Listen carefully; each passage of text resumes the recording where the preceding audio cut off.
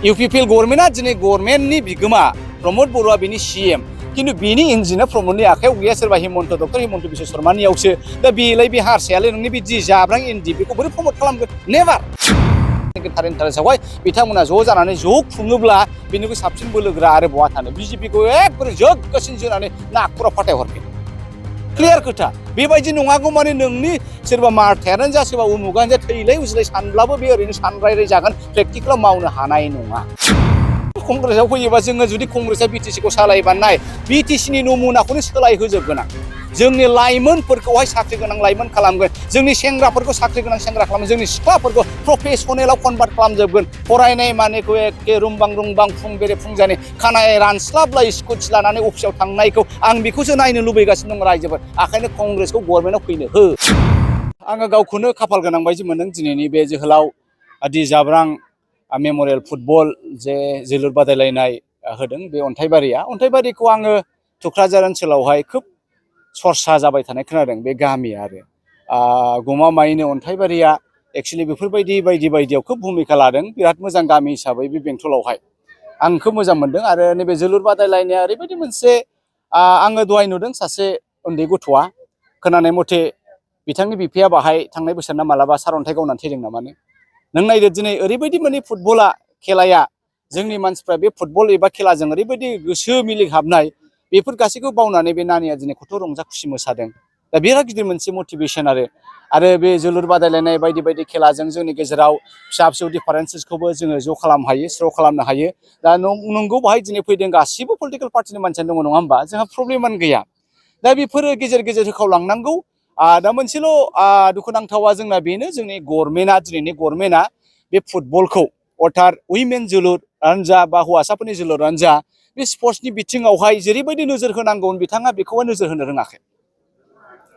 खारन जोंनि ट्राइबेलफ्रा स्पेसियेलि बर'फ्रा आसामावहाय स्पर्ट्सनि इकुइपमेन्टआ जोंहानो बांसिन दङ बे बर' नाफाम जाग्राफ्रानो साबसिन दा बे एंगोलाव जोंखौ स्पर्ट्सनि जोनायानो जा बुलायनायानो जा सौलायनायानो जा बिसोरो बायदि अंख खालामबाबो खायदा खालामब्लाबो बिसोरो जोंखौहाय दानखे खालामनो हाथारा जोंनि अनगायै रावबोआनो गैथारा दा बे जोंनि एडभान्टेज दा बेखायनो मा खालामनांगौ बेखौ जोङो साधारन बेबायदिनो माने प्राइज मानि जोनायजोंनो फोजोबाबालानो बेबायदिनो दाउ बयलारनि जोनाय बायदि जोनायजों फोजोबाबालानो बेखौ मोनसे प्रफेसनेल लेभेलावहाय कनभार्ट खालामनांगौ आरो मा क्लाब्सफोर बानायनांगौ आरो मा जेरै इउनिभार्सेल एफसि बे खनसेबा खोब मोजां जादों इउनिभार्सेल स्टुडिअ नङा होमबा बियो बै माबानि असिन्थ'नि बिराद मोजां जादों आरो बेबायदिनो सोरबा साफा गोसो गुदुं सेंग्राफ्रा लाइमोनफ्रा बा सुबुंफ्रा ओंखारबोयोब्ला मोनफा क्लाब खालामोब्ला दा जोंना मा जाहैबाय बे इउनिभार्सेल एफसि स्टुडिअखौहाय बोरै पाब्लिकनि गेजेराव प्रमट खालामनानै मेम्बार बा सापर्टारफोर जोङो लाबोनो हागोन बेसो गिदिर बाथ्रा दा दिनैनि फुटबलखौ गोदान माने इउर'पियान मडेलावहाय कनभार्ट खालामनो दिनैनि मडार्नआव कनभार्ट खालामनो जोङो बेखौ नाजानांगोन आं बेखायनो बाहाय फैनो मोननानै नोंथांमोननि मिडियामनि गेजेरजों जे बे बाथ्राखौ बुंनो मोनदों खोब गोजोननाय मोनदों थेंक इउ सार दिनैसिम मुंख्लंनि गथ'फोरा गोबां अनसुंथाइ मोनाखै जे बिटिआरनि माबाजों फैनांगोन जे मुंख्लंनि सासे खेला मुंनि जादों सरकारा मा खालामनो सानदों मावदों ना मावाखै मावगोन होनना बुंबाय थायो बिसोरो मावनो हाया मुंख्लंआनो जा माबा मोनसेयानो जाया जोंनि पलिटिकेल पार्टिया मावनो हाया मानो होनदों होनबा खारन बे सरकारनि इन्जिना नोंनाव गैयाब्ला नों बोरै मावनो हागोन हो इउपिपिएल गभर्नमेन्टआ दिनै गभर्नमेन्टनि बिगोमा प्रमद बर'आ बिनि सीएम किन्तु बिनि इन्जिना प्रमदनि आखायाव गैया सोरबा हिमन्त डक्टर हिमन्त बिश्व शर्मानियावसो दा बेलाय बे हारसायालाय नोंनि बे जि जाब्रां इन्दि बेखौ बोरै प्रमट खालामगोन नेभार दा बेखायनो बे बुंनाय बायदिल' जायो बेखायनो बिथांमोना थख' खालामनाया बिराद मोजां आरो गाव खुंथायाव थानांगौ आरो मा दा बेखायनोथ' गले आं कंग्रेस मालाय मा जानो हारिनि नंगौ आरो सैथो खोथाखौ आं सब समाय बुंगोन हारिनि इन्टारेस्टआवहाय बिथांमोना ज' जानानै ज' खुङोब्ला बेनिख्रुइ साबसिन बोलोगोरा आरो बहा थानो बिजेपिखौ एकदबारे जोगासिन जोनानै नागपुराव फाथायहरफिन